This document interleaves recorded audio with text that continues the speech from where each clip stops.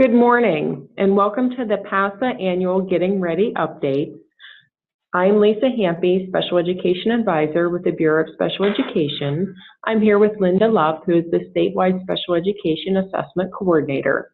Our presentation today will go through several updates as pertaining to the PASA, and we also have a period of time blocked off at the end of the presentation for questions and answers.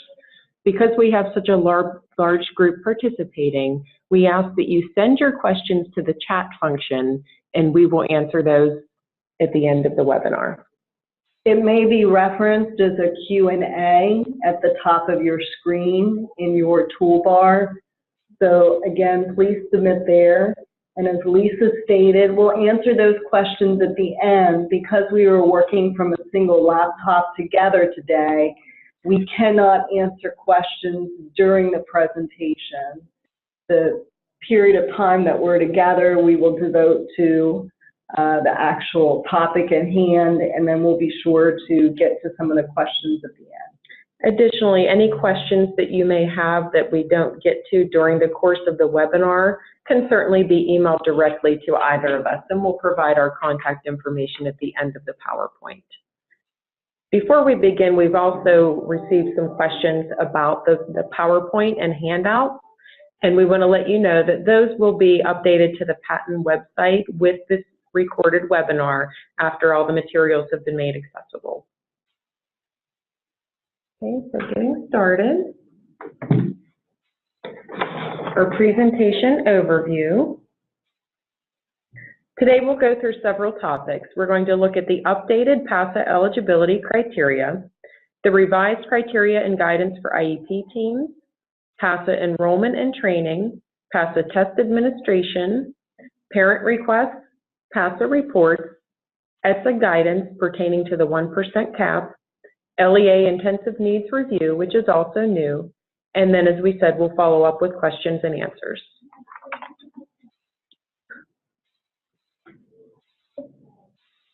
We'll start with the PASA eligibility criteria. Who participates in the PASA? This is students with the most significant cognitive disabilities who meet PA6 eligibility criteria. Participation determination is made annually by the student's IEP team. ESSA regulations continue to stipulate no more than 1% of the state's total tested population should participate in the PASA. And we'll talk a little more in detail later in the presentation regarding the 1% cap.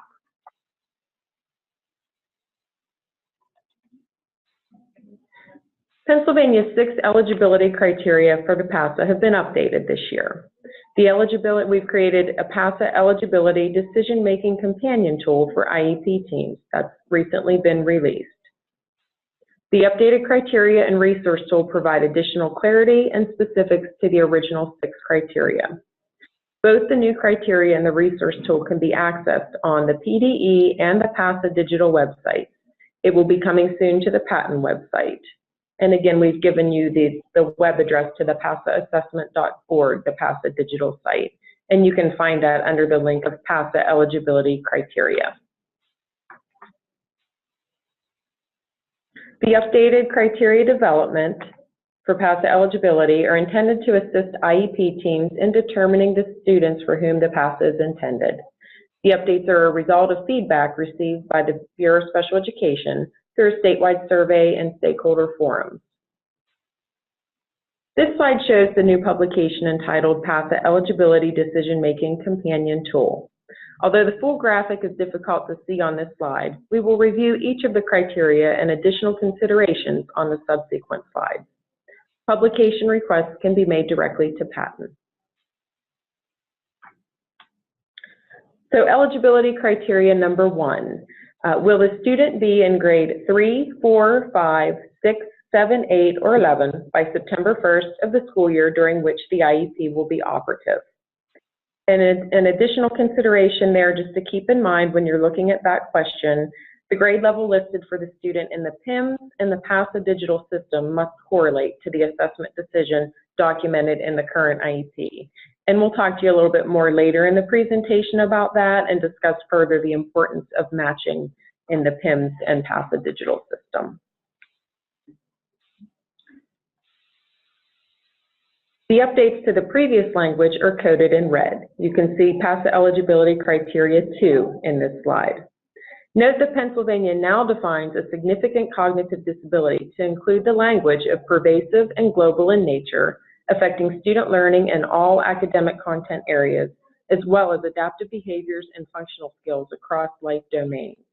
This is important for teams in the decision-making process, as it gives in more detail what a significant cognitive disability may look like. Prior to this definition, a team may have justified that a student who reads 3 to 4 grade levels below would have met the definition of a significant cognitive disability. The updated language clearly indicates that the student would have a significant global delay across life domains, including adaptive behavior. As you will see in the additional considerations, the definition of a significant cognitive disability does not directly correlate with a specific disability category or label. However, there are some Chapter 14 primary disability categories that you would not expect to see a student taking the PASA to be identified with. Specific learning disability and speech only would be 2 examples of the disability categories that you would not expect a student who meets the eligibility criteria to have. The criteria does not prohibit teams from qualifying students within these primary disability categories from qualifying to take the PASA. Again, this is an additional consideration for teams to make when making eligibility determination decisions. PASA eligibility criteria number 3. Again, the additional language in the criteria is highlighted in red. The original criteria included the phrase intensive instruction to learn. As you can see, the additional language adds further clarity and specification. The student's instruction should encompass more than just academics. A student eligible to participate in the PASA would be expected to receive direct and repeated instruction to include not only academic, but functional and adaptive behavior skills as well. It is expected that the student would require repeated instruction in these areas in order to generalize skills across multiple settings, such as classroom, community, and home. PASA eligibility criteria 4. The language of this particular criteria did not change. However, note the additional consideration mentions that the student would be expected to require intensive and ongoing supports after graduation. Typically, these students may have or plan to have involvement with agencies that may support independent living goals. PASA eligibility criteria number 5. Again, the language of this criteria did not change. However, note the additional considerations. It's expected that most students who participate in the PASA are taught using the alternate eligible content aligned to grade level standards. PASA eligibility criteria number 6. Eligibility criteria number 6 has been revised to include measurable annual goals and short-term objectives. Although the regulation to include short-term objectives for students taking the PASA is not new, it has now been added to the language of the eligibility criteria for greater clarity. In addition, the PASA eligibility criteria tool now incorporates considerations for what determinations are not based upon. And those considerations are not based upon IQ score or disability category alone. For example, all students with an intellectual disability do not automatically qualify to take an alternate assessment. It is not based upon English learner status or EL status, poor attendance, expected poor performance on the general assessment, low reading or achievement level, anticipated disruptive behavior or emotional duress, impact of scores on the accountability system, or an administrative decision. And again, that's a list of all factors that the decision should not be based upon. Some guidance for IEP teams would be that eligibility determinations need to be made on an individual basis by the IEP team, just as the guidance has always been. Review each of the 6 updated criteria and document accordingly in Section 4 of the IEP. The updated eligibility criteria will now be included on the IEP to foster communications regarding eligibility determinations. And an updated IEP and annotated IEP document will be released to the field very soon, this fall 2018.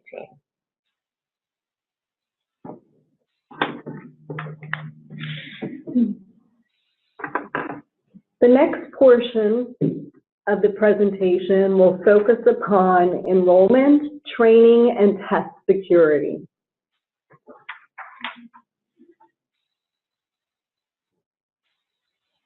The LEAs and service providers must identify a PASA AC, or Assessment Coordinator.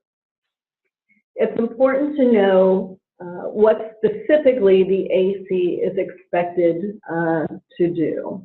The AC receives all communications from the PASA project pertaining to enrollment, test window dates, training, procedures associated with administration, available score reports, and possibly other information as well that's pertinent during the course of the school year.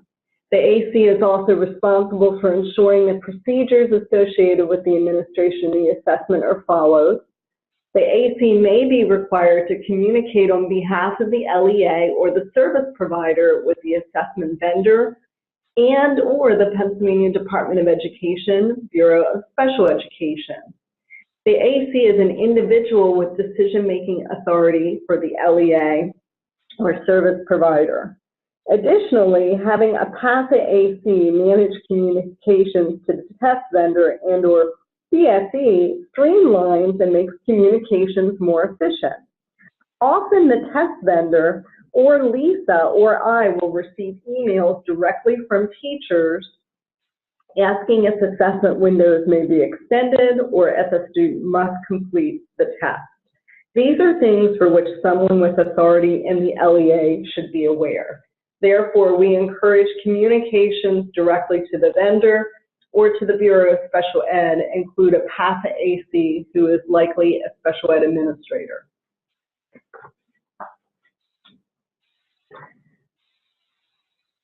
The PASA AC in this slide, it further clarifies the role of the AC. As I said previously, the Bureau of Special Education recommends that the PASA AC be a special education administrator. If the Director of Special Education is not the PASA AC, the director may be added into the PASA digital system, meaning that in the PASA digital system, there can be at least two identified individuals in the system for the LEA or the service provider.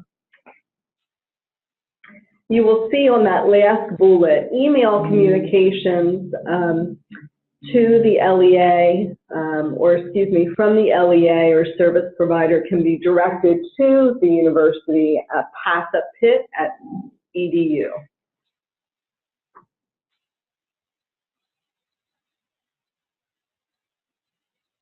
This slide shows important dates for this coming school year for the PASA testing cycle. Enrollment is scheduled to begin on October 1st and will conclude on November 16th. Please note the asterisk that is there after November 16th.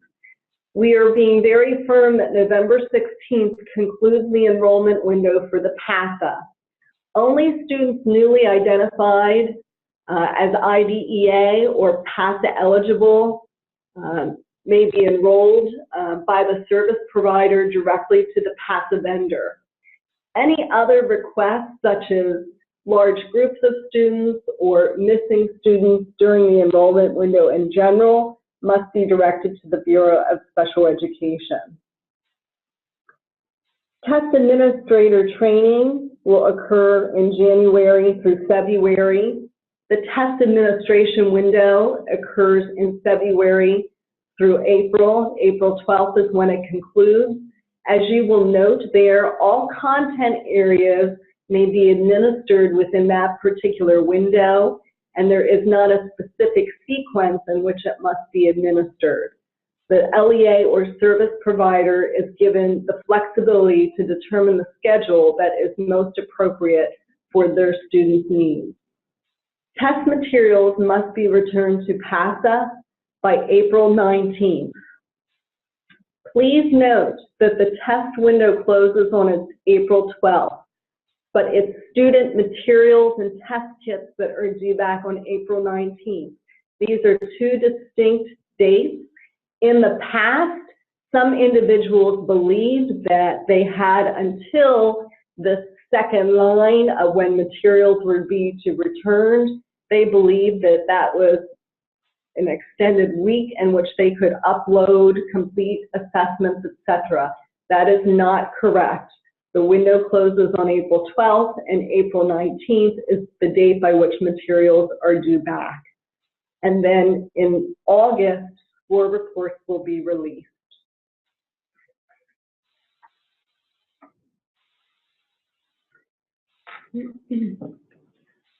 To reiterate, I do want to revisit that the enrollment window will close November 16th. Only students newly identified as IDEA and PASA eligible or new to a service provider will be accepted by the vendor. All others will be referred to the Bureau of Special Education for approval into the enrollment system. This is to ensure that students are enrolled in a timely manner, that the Bureau of Special Education can conduct reviews of preliminary enrollment data for accuracy and ensure that the appropriate number of student materials are produced. Last school year, there were approximately 2,000 late enrollments into the PASA, which resulted in student materials arriving late to testing locations. This process is designed to improve accountability of the schools and prevent delays in testing.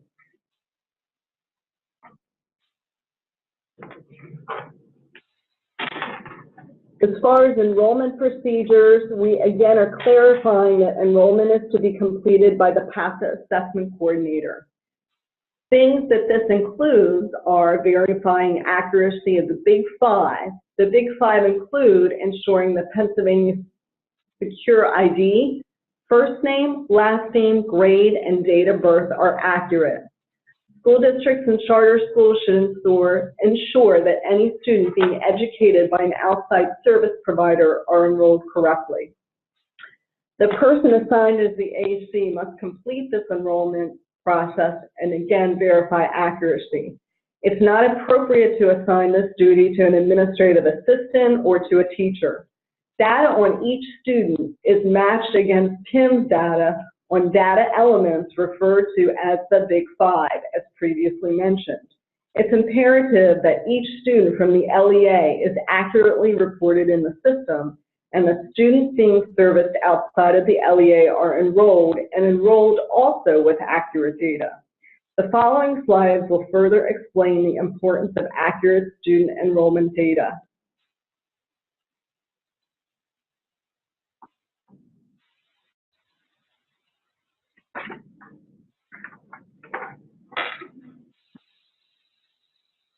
In order to understand the importance of accurate data, it's important to understand from where the pre-populated data in the PASA enrollment system originated and how it is used currently. If you refer to bullet number 1, historically, schools used to enter all PASA data for each student every school year. Schools asked the Department of Education if it could improve this process. With the inception of the digital system, the PASA vendor was able to begin this process where all student data was held over in the system. Then, the following school year, schools only needed to add new students or identify if a student was no longer receiving services at that location. The grade in the PASA digital system advances each year. Therefore, if data was entered incorrectly by the school initially and never confirmed or verified for accuracy, it is possible that the school would continue to have incorrect data for that student each year thereafter. For bullet number 2, please note that this is also what PSSA and Keystone data are matched to for accountability, which is the PASA enrollment file is matched against PIMS student enrollment data per the accountability snapshot.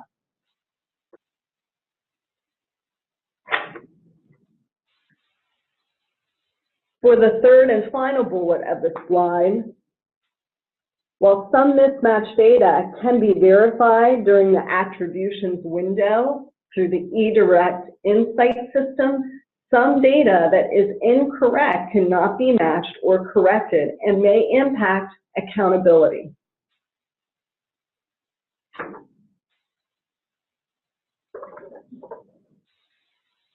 This slide is intended to demonstrate how incorrect data can impact accountability.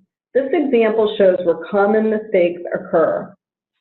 Here are the big five that were previously mentioned: PA Secure ID, first name, last name, grade, and date of birth. You will see a record from the PASA enrollment system and a record from the PIM student enrollment template. As you see, the PA Secure ID and grade are highlighted. PA Secure ID errors often are the result of mistyped or reversed digits, or the school entering a local student ID rather than the PA Secure ID into the PASA enrollment system. Another common error pertains to the grade level. If in the past the PASA AC was not an administrator or was unfamiliar with the data system, that is, the person may not have understood when the IEP was developed, the grade on the cover page of the IEP, or the student's current grade, it was possible that the incorrect grade may have been entered into the PASA enrollment system. Likewise, if a student was maintained at a grade level per the IEP team, it is possible that the grade level in the PIM student enrollment file and the PASA enrollment system are mismatched. Therefore, it is very important to ensure that this information is matching.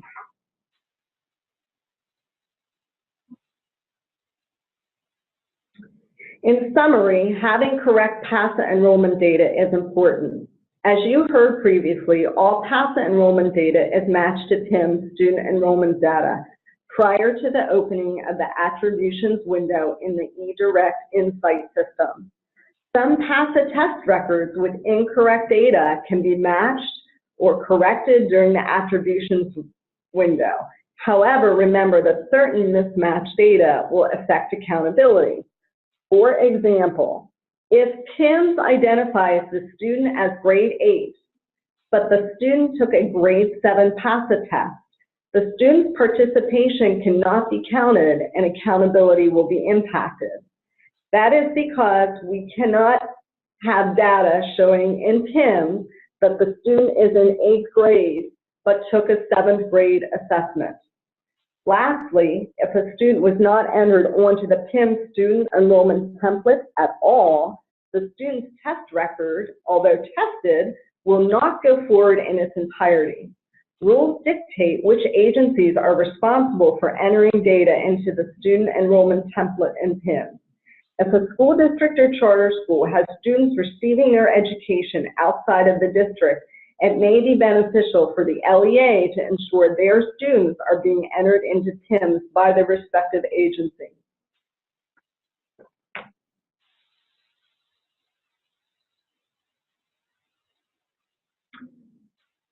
PASA participation for L students. This is not new, but we do want to clarify this again.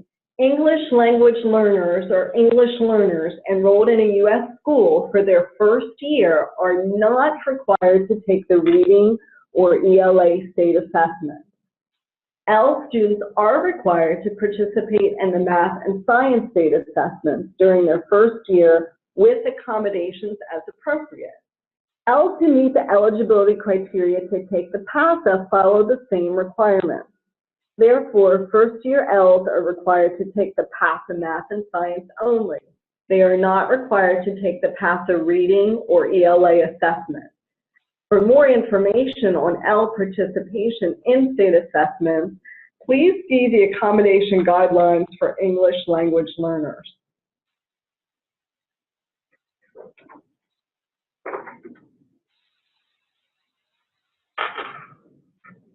When enrolling L students into the PASA enrollment system, first and foremost, you must ensure that they are enrolled.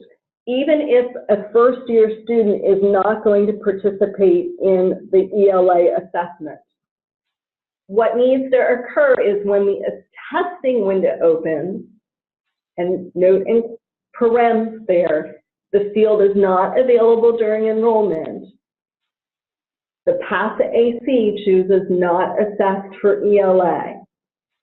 In the drop-down menu, include the reason the student is not assessed as first-year L student. So, in summary, you must ensure that all students are enrolled in the PASA during the enrollment window, including the Ls who may not be participating in the ELA assessment. And when the testing window opens, you choose that the student is not assessed for that particular subject and select first-year L student as the reason.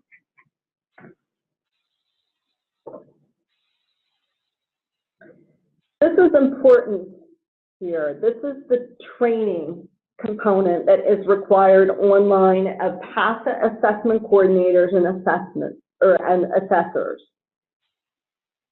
This occurs in the PASA digital system, and ACs and assessors are required to complete all training modules and complete all proficiency tests with each module and review and acknowledge, which is signing the test security affidavit requirements, and review and acknowledge the video consent form. Again, this is for all PASA ACs and assessors. What's new this year is that assessments will not be delivered to the digital inbox of an assessor until training and proficiency assessments are completed by both the assessor and the PASA AC. This is different in that in years past, as long as the assessor had completed their online training and proficiency tests would still be delivered. The difference this year is that we are expecting that the PASA assessment coordinator also complete the training and the proficiency assessments associated with the PASA.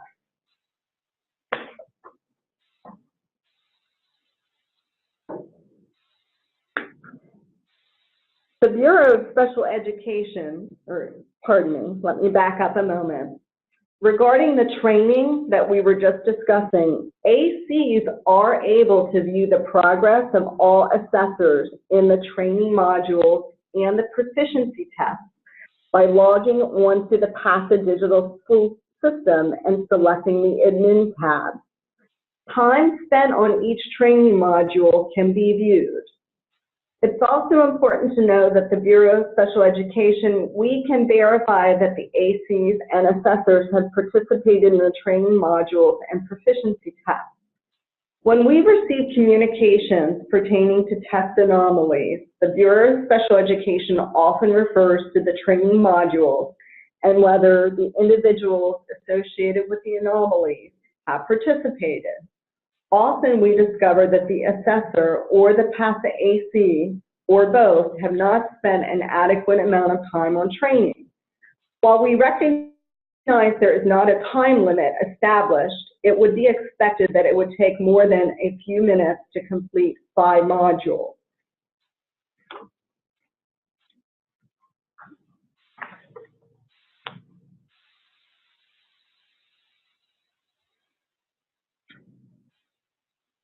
Test security. All ACs and assessors will receive online training regarding test security. Information regarding test security is also available in the Test Administration Manual and the Handbook for Assessment Coordinators. Both of these will be provided on the digital site when available.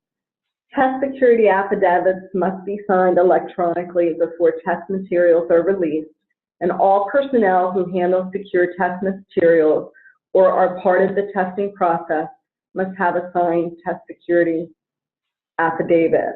The test security process is similar to that of the PSSA and Keystone exams.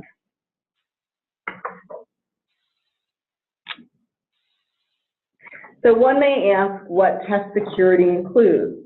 Test security includes returning all printed tests to the assessment vendor, removal of the assessment download from a computer cache, returning assessment videos, or in this case, ensuring videos are removed from the computer after upload. If there are concerns regarding test security, They may be reported to the Department of Education, Bureau of Special Education, to Lisa Hampy at the email address provided there. Okay, next we're going to talk about test administration and some updates within. This is new. There will be changes to the number of test levels in ELA and math this year. So the test levels will be all PASA assessments will consist of 2 levels of cognitive difficulty. Tier 1 is a lower level of cognitive complexity with simple words, phrases, shortened sentences, and simple picture support. Tier 2 is a higher level of cognitive complexity with sentences and picture support. Both tiers are to be read aloud to all students. No independent reading is required at any grade level or any tier. So again, the tier system will be that of what consisted in science previously. ELA and math will move to the 2-tier system. Placement into the levels for ELA and math will be students who were level B and C in 2018 will be assigned to tier 2.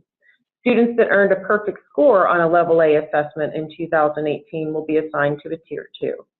Students that were level A in 2018 will be assigned to tier 1. Further information will be provided in the online PASA training modules.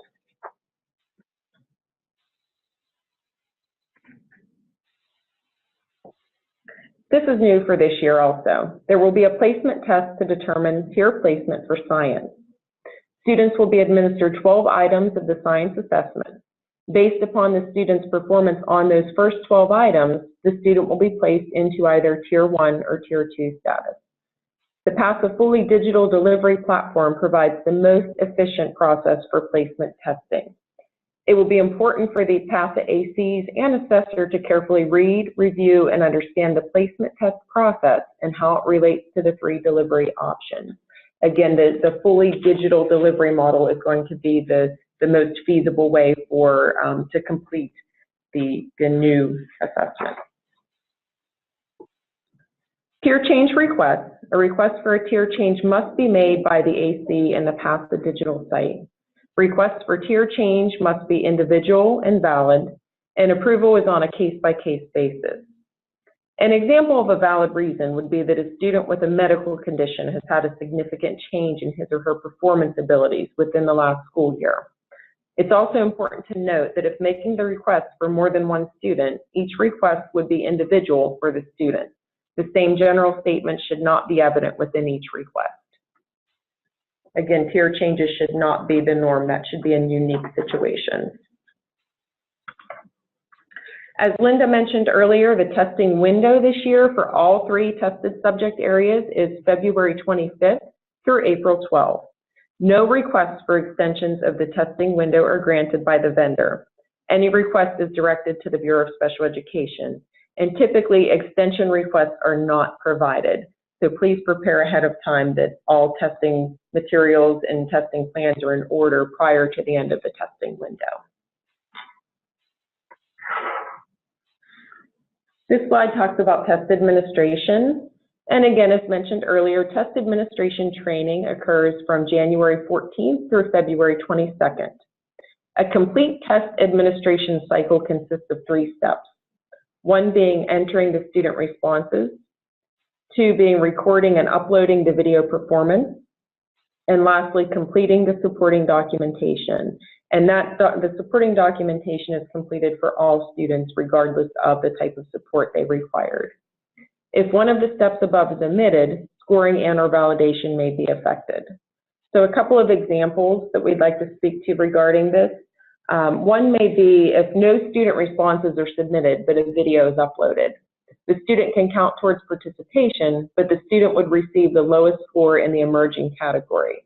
This is like saying the student took the PSSA, but no bubbles were filled in. That would be an example. Another example that we see sometimes is responses are submitted, but no video is uploaded. The student will count towards participation, and a score can be generated based upon the student's responses. Okay. Next, we'll talk about video recording. And just to notate there, parent permission is not required to video record the assessment. The permission form that is available on the PASA digital site allows the Bureau of Special Education and/or the PASA vendor to use the videos for training purposes. Requests to use narrative notes in lieu of video may be requested, and again, I underline that in unique situations.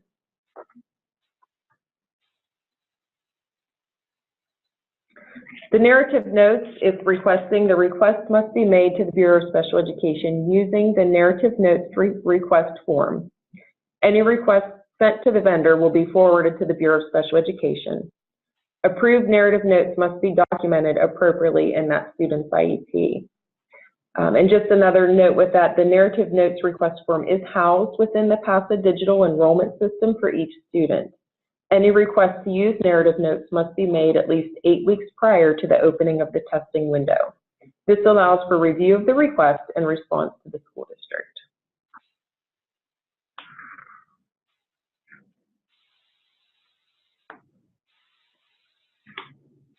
So at this point, we're actually going to share some information with you about student score reports.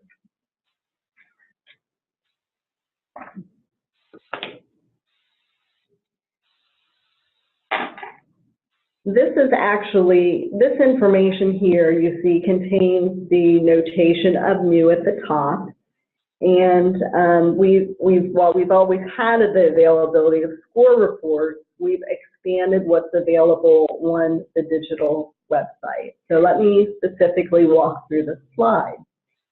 So the student score reports are available to all LEAs and service providers on the PASA digital system.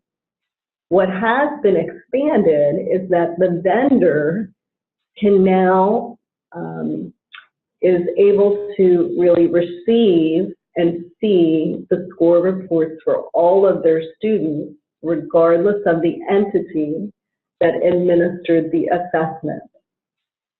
So in prior years, as you know, the assessment vendor has always produced a copy of the score report intended for the parents, and those score reports have always been delivered to the service provider. It was incumbent upon communication between the service provider and the LEA in order for the LEA to receive a copy of the school report. So for example, if I was in District A but had a student receiving services at a private licensed academic school, it would have been important to communicate with that school and for that school to provide a copy of the student's performance back to the LEA. Well, what we again have done is the LEA now has the ability in the system to log in and see all of the score reports for their students, regardless of where the student received his or her services. And we will continue, if you're a service provider, you will continue to also see the score reports for all of your students that you provided the direct instruction to, services to, and for whom you administered the test. Ultimately, just to remind everyone, it is the responsibility of the LEA just to ensure that the parent or guardian of the student receives the score report of the performance of their student on the PASA. This is an important reminder. So previously, we discussed the importance of data and how it's entered accurately into the PASA enrollment system. Please note that the data will display on the score report for the student the way it is entered into the PASA digital enrollment enrollment system. So if a student's name is typed incorrectly or not capitalized, that is how it will display on the individual student score report. This is not the result of a vendor error, but it is the result of the extraction of data entered into the digital system that is used to populate the score report. Again, it's important to ensure accuracy of data. So at this time, I'd like to sort of minimize this PowerPoint, and I'm going to take the participants, there's my youngest and my children. I'm going to actually take you to the PASA assessment system. So just to be clear, you can see up here with my cursor, the main web address for the PASA assessment is actually pasaassessment.org. This is the public-facing website for the alternate test. At times, you will hear us refer to the PASA digital system. That is the behind-the-scenes system that is dedicated to schools for enrollment and test administration. And you can see down here, there is a login. So I'm going to log in.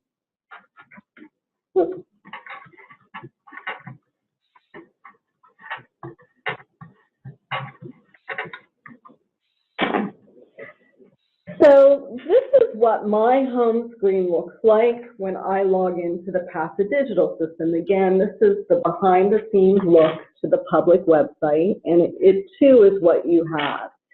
Mine may look a little bit different than yours because I use it with a different role. But what I'd like to do is I'd like to actually go over here and show you the admin tab that we were just discussing. So if you are looking for the score report, there are typically two links here for the administrator. This is your user account, okay? You can see these are some folks who have been patent consultants who've done some work for us. And again, as you know, these are folks, I use this for a different purpose. However, what you would see here is you would see the names of every individual that has had an account assigned to them in your school. So this would be your assessors, the PASA AC. If somebody was assigned a trainee account, perhaps it's a paraprofessional who needs an account simply to access training modules. So that's what the user account link is for. That would also show you some information about how they've been progressing on their module. I'm going to now select the data download. So let me walk through some of this for you. And depending upon whether you're an LEA or a service provider, this may look a little bit different. So this, I'm going to, the live user account file. Actually, I won't open that. What that is everyone who you previously noted has a user account. This is where you, as the PASA AC, you would go during your windows for training, and you could see if your teachers or assessors have completed their training. It will list every account. It will show by module, and it will also show the amount of minutes that the individuals have dedicated to the training, and it will show if they completed their proficiency assessment. So this is the live user account file. I'm going to skip this for a moment and come back to it because that is going to be a new feature, but it will be available a little bit later during the enrollment window. Here, what you see are the student reports.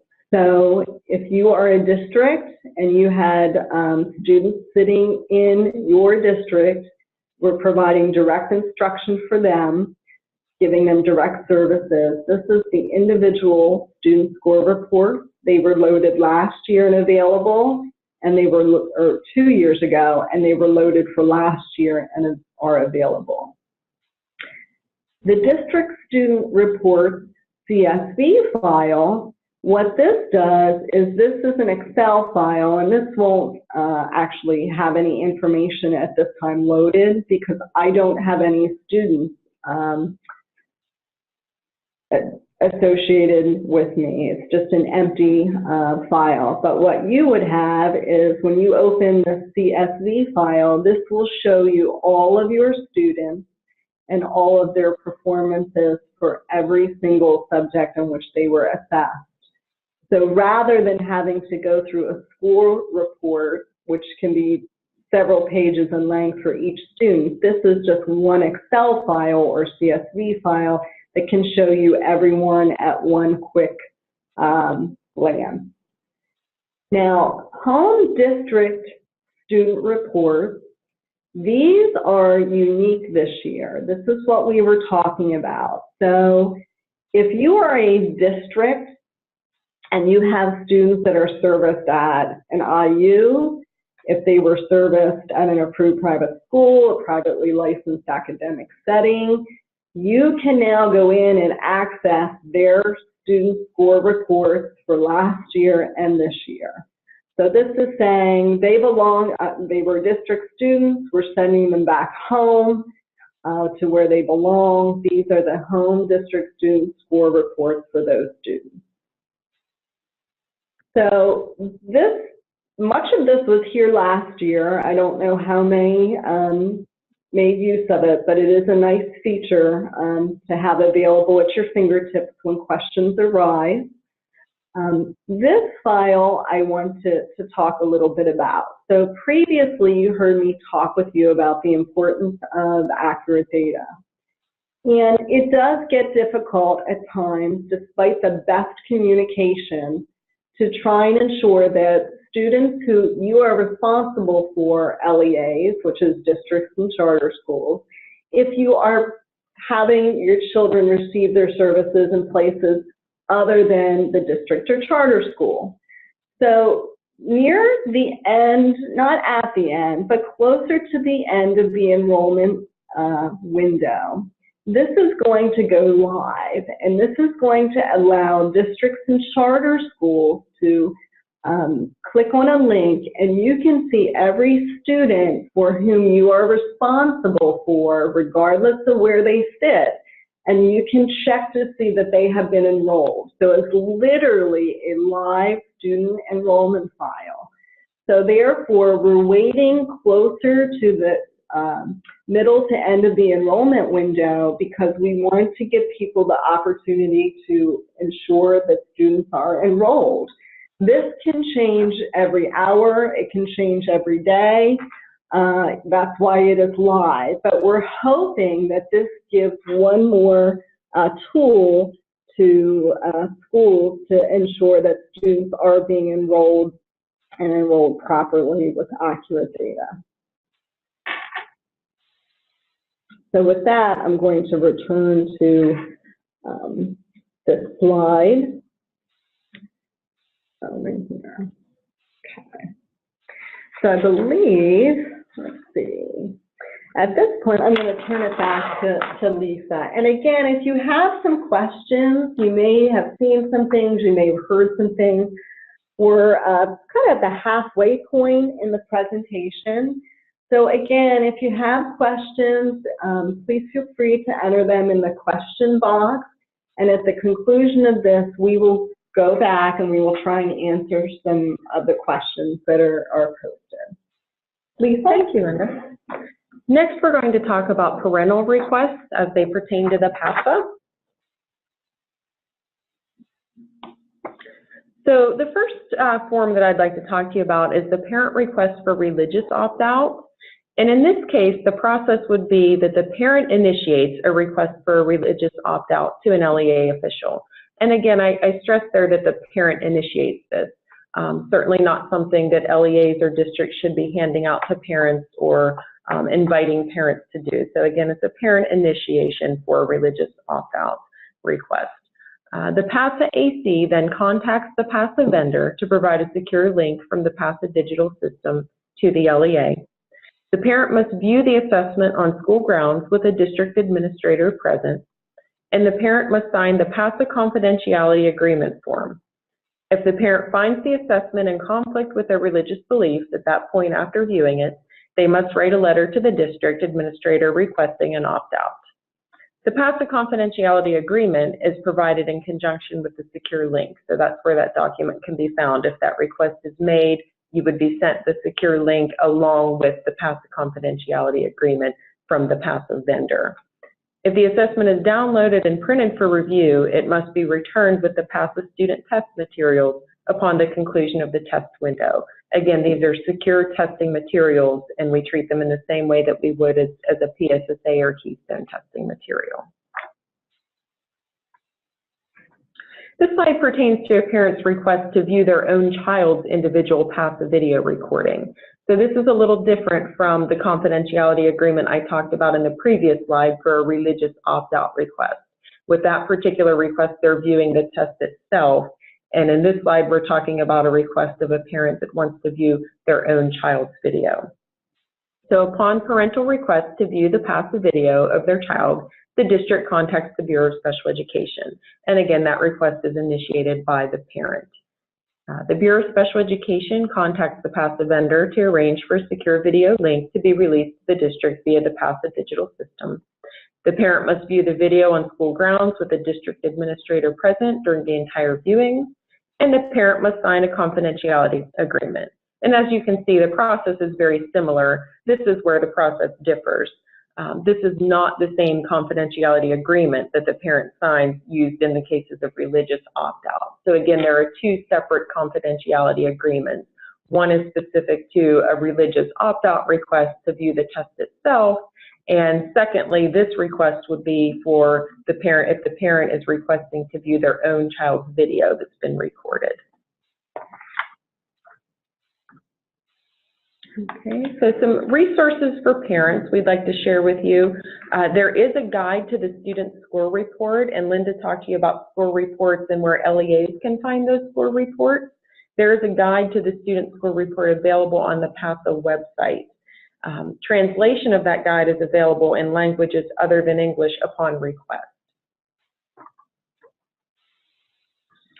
A new resource has been created by the Bureau of Special Education and Patent. It's a brief document to include frequently asked questions pertaining to the PASA. It will serve as another resource to IEP teams as they make appropriate determinations regarding a student's participation in the PASA. The document is currently being finalized and is anticipated to be released to the field in this late fall. And again, that's separate. We talked to you earlier about the decision-making companion tool. That's for IEP teams. This will be an additional resource that really focuses on common questions that we see from parents. So that should be coming soon, in the very near future. All right. So the next portion of the presentation begins a conversation around ESSA and the 1% cap, the federal policy, and state guidance. So this slide is just really just reminding us all that the 1% cap, as we once knew it, is now gone. I would encourage you to ensure that those working in your school, but who are working outside of special education, and perhaps they're working in the area of accountability, understand that this is no longer in effect. That is, no longer do schools or districts need to reallocate scores if they exceeded the 1% cap. And this was all around exceeding a 1% number and ensuring that scores that were above that number were reallocated to not proficient. So that is all I'm going to say on that slide, because the real focus is the current 1%. So ESEA was reauthorized as ESSA, and it now mandates federally that no more than 1% of all assessed students, which equals about 10% of students with disabilities, can participate in a state's alternate assessment. And just so you are aware, oftentimes we look at an overall 1% cap, but federal policy requires us to also look at it for participation in each subject as well as the overall.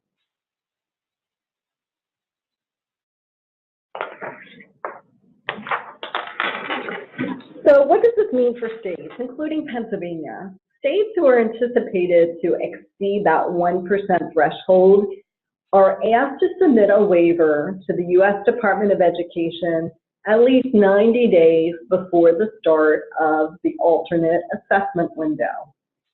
In order to be approved for such a request, the state needs to show that at least 95% of all of its students with disabilities have participated in statewide assessments. That includes general and the alternate.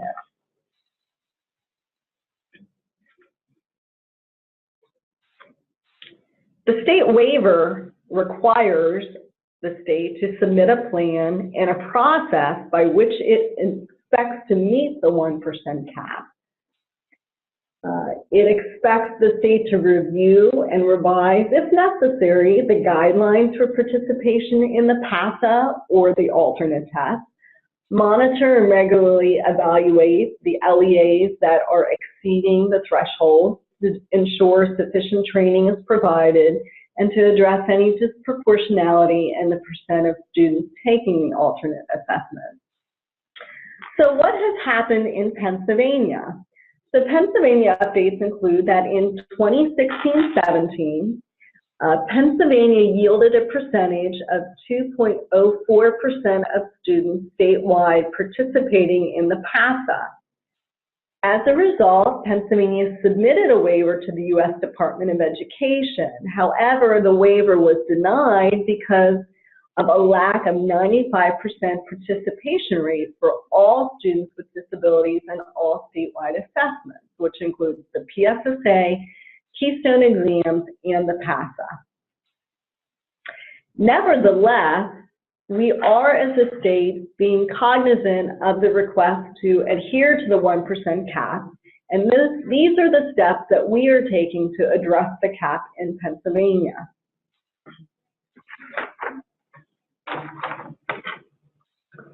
We are gathering state, district, and school level data pertaining to student participation in the PASA. We're gathering data on the characteristics of students in the PASA. We're examining our state definition of students with the most significant cognitive disabilities and revising the guidelines as needed for determining whether the students should participate in the alternate assessment. And I would ask you to think back to the beginning of this presentation in which Lisa walked through the updated 6 eligibility criteria.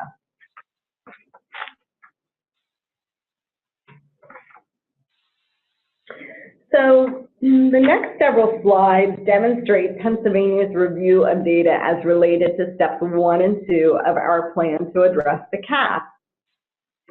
As you will note that the increase from 15-16 to the 16-17 school year, while the 17 data for percent participation is not yet confirmed, it is anticipated that PA will exceed the cap from the 17-18 school year. So as you can see, trend data from 13-14 to 17-18 shows a steady increase. And back in 16-17, as I've noted earlier, we were at 2.04%.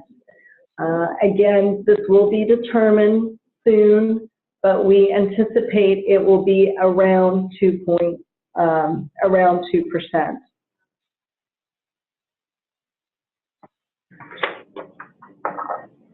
So this slide, shows the preliminary PASA participation in the 17-18 school year broken down by grade level.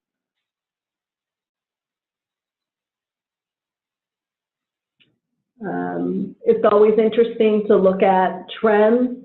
You can see steady increases last school year. Tends to go up at the elementary primary grades. A small drop in grade 6, but then at 7 and 8, again, slightly over the 2,800 mark. And then grade 11 is always interesting. Trend data over the years has always shown that it is a lower number. And this could be for various reasons. I think by the time students are in high school, IEP teams are making decisions. Sometimes our students stay to 21, and depending upon where those students are held at a grade level in order to keep them on to 21 may impact that number. That is one possible reason for a lower number there. And this is just showing you the percentages of students by primary disability. As discussed earlier, it is expected that the majority of students who participate in the PASA may have a primary disability of intellectual disability, autism, multiple disabilities. However, you will note a fairly large number of students with a primary disability category of learning disabled, OHI, are participating in the PASA. So that is of interest to us, and I think it may be to you at the LEA level as you think through the 6 eligibility criteria. This slide shows the percentage of newly tested students in the 2017-18 school year by disability category. As you can see, there is a vast increase of students with a primary disability category of learning disabled who are being qualified to take the alternate assessment. Other health impaired and emotional disturbance are also rising, while the typical primary disability category is expected to take PASA, such as intellectual disability, multiple disabilities, and autism are decreasing. Again, all interesting data that we at the state level are looking at and that you may want to do forensics on your own data in a similar fashion to see if you are identifying any trends. This slide outlines the remaining steps that our state is taking to address the 1% cap. These steps include the requirements of the state and how it works with the LEAs across the state. So for point number 4, developing a process of oversight in accordance with US DOE guidance and providing professional development and technical assistance as appropriate. Ensure parents have resources to participate in the IEP decision-making process regarding participation in alternate assessment. We will discuss Pennsylvania's plan to address number 4 in the next few slides, and number 5 is being addressed through the new parent FAQ document that was referenced, as well as the IEP decision-making companion tool that was shown previously in the presentation.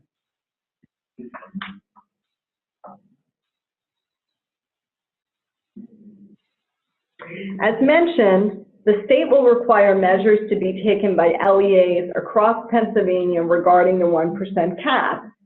Specifically, the Bureau of Special Education has developed a process that includes completing a mandated waiver application to be submitted by each LEA if it anticipates exceeding the 1% cap in the assessment year. In 2017-18, the mandated participation waiver application was required to be submitted to the Bureau, again, if any LEA anticipated exceeding the 1% cap.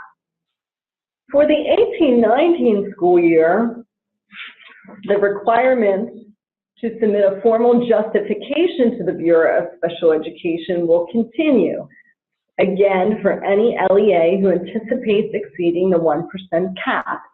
LEAs who submitted waivers in the prior years will be required to submit a new justification. This is slightly new, and we want to call your attention to it. The mandated participation waiver request. This year, the 2018-19 form will not be titled or will not include the term waiver, as the Bureau of Special Education does not have the authority to grant approval for LEAs to exceed the cap or the cap to be waived. Rather, the updated mandated justification document will require the LEA to examine participation rates and provide assurances to the state that it is meeting its eligibility criteria requirements. So again, what's new is the terminology. So those who have been most familiar with the term mandated participation waiver, you can expect to see a different title, specifically using the terms a justification document.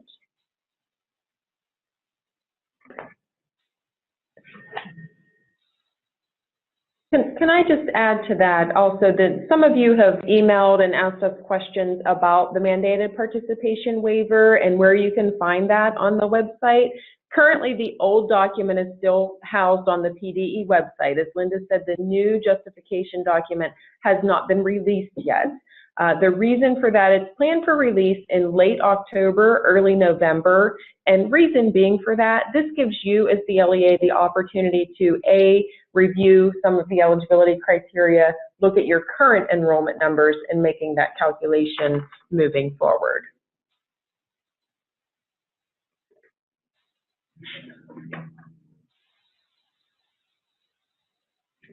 So some suggestions to those LEAs who are looking at perhaps exceeding the cap. Our guidance would be to collect and analyze current participation data. As Lisa shared, in addition, review the updated eligibility criteria with IEP teams. Ensure accurate reporting in the PASA enrollment window. The dates, again, they are October 1st through November 16th. And then if the need warrants, the LEA who anticipates exceeding the 1% cap based on enrollment projections would be expected to complete a mandated justification document. And again, I guess I would like to clarify the manner in which LEAs, charter schools and districts, are notified of the release of the updated mandated justification document would be through a pen link, just to clarify. And again, Lisa shared the time frame in which you would expect to see such a release of information. So we often get questions around the 1% calculation. So the new justification document will again ask an LEA to determine this 1% calculation, just as in the past. And the slide provides some tips for the LEAs in determining if they exceed the 1% cap. So here are some considerations. So the PASA assessment coordinator should reference the PASA digital site to determine the number of students enrolled in the upcoming testing window. You should communicate with your service providers to students served in out-of-district placements to determine if additional students are enrolled to take the PASA. Again, please think back to when we were in that admin tab on the digital system. There will be a live enrollment file available to districts and charters. So you will be able to see those students who would be yours, but sitting in a placement elsewhere. So again, you can certainly rely on the communication of a phone call or an email to the service providers, and in addition, you have that additional tool that you can reference as well. But if they are your student, they count for you in the calculation. If they're attributed to you, they count for you. All students for which your LEA is the district of residence will be included in the calculation. That again reinforces what I just stated. And the Keystone exams grade 11, this is the number of students for whom a Keystone exam score will be attributed this coming school year for the purposes of accountability.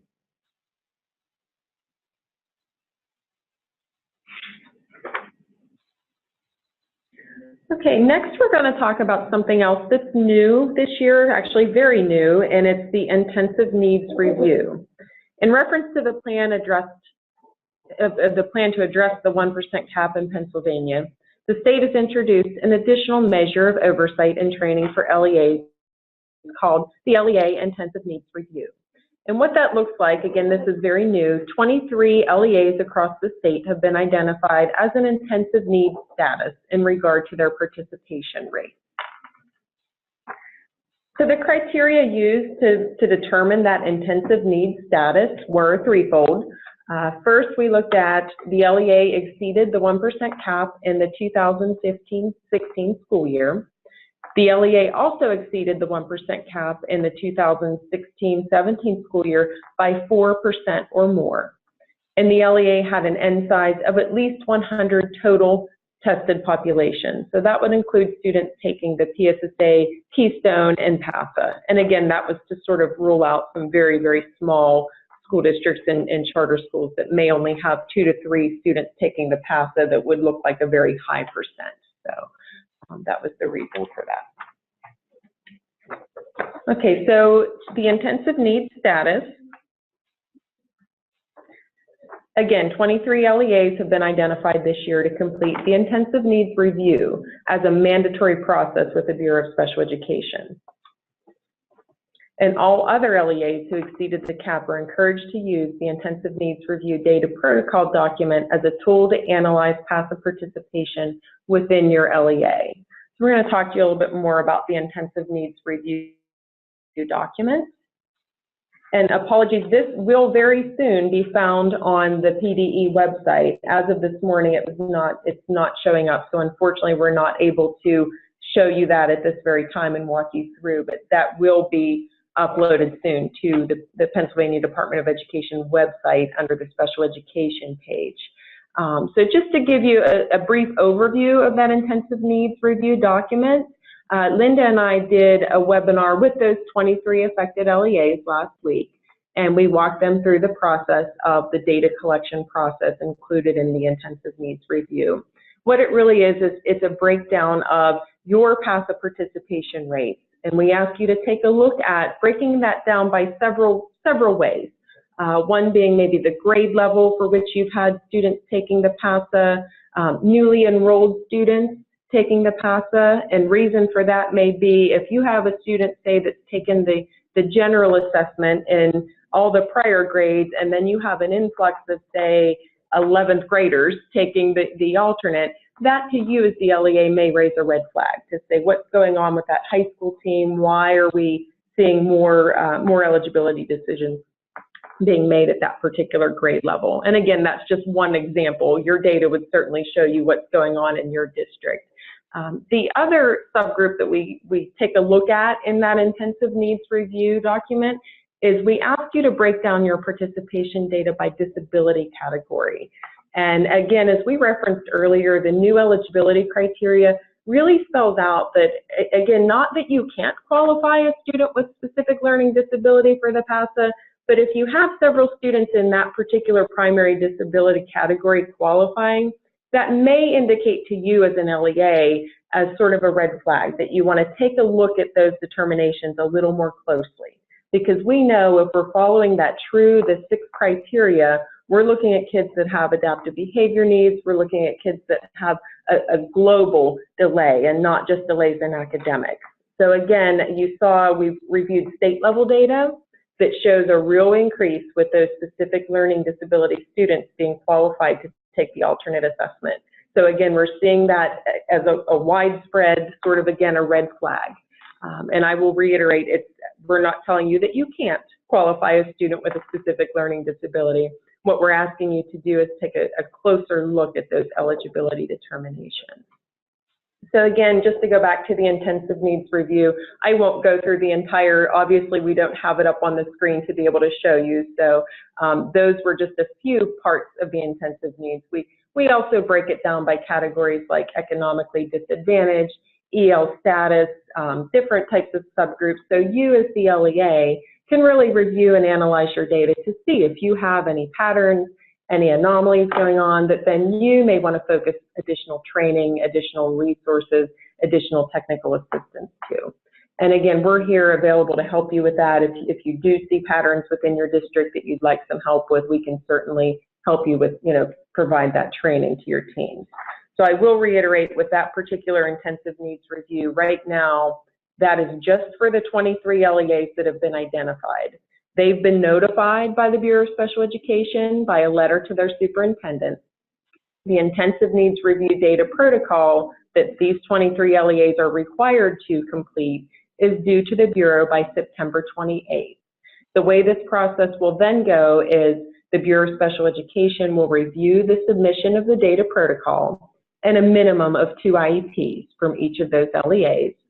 And then the LEA will receive follow-up to include any necessary corrective action measures or need for additional technical assistance. And that will be based upon the review of their intensive needs review as well as the IEP review. So again, this process for the 23 LEAs identified. Okay. And just to recap there, because we've talked about a couple of separate requirements as they pertain to the 1% cap. So I just talked to you about the intensive needs review, and again, I'll stress this year at this very time, it's only required for those who have been identified. However, the Bureau of Special Education does encourage all LEAs who exceed the 1% cap to use the intensive needs review data protocol as a tool to review their own participation data. And again, that data protocol is titled Intensive Needs Review, will be available within the PDE website coming very soon. And the link within this PowerPoint can take you straight to that once it's available. We also, Linda talked to you about what was previously titled the 1% cap waiver. And again, to reiterate, that process is still in place. It's just going to come under a different title this year. So it will likely be called a 1% justification. You're going to see that terminology justification in the document this year. So we're just kind of giving you a forewarning that that's to come, and that is required for all LEAs who anticipate exceeding that 1% cap. Okay, so we have some time set aside for questions and answers, but before we do that, just to make sure that everybody's on the call, I'd like to skip ahead to give you some contact information. And again, we've had some questions come in about the PowerPoint itself, the handout.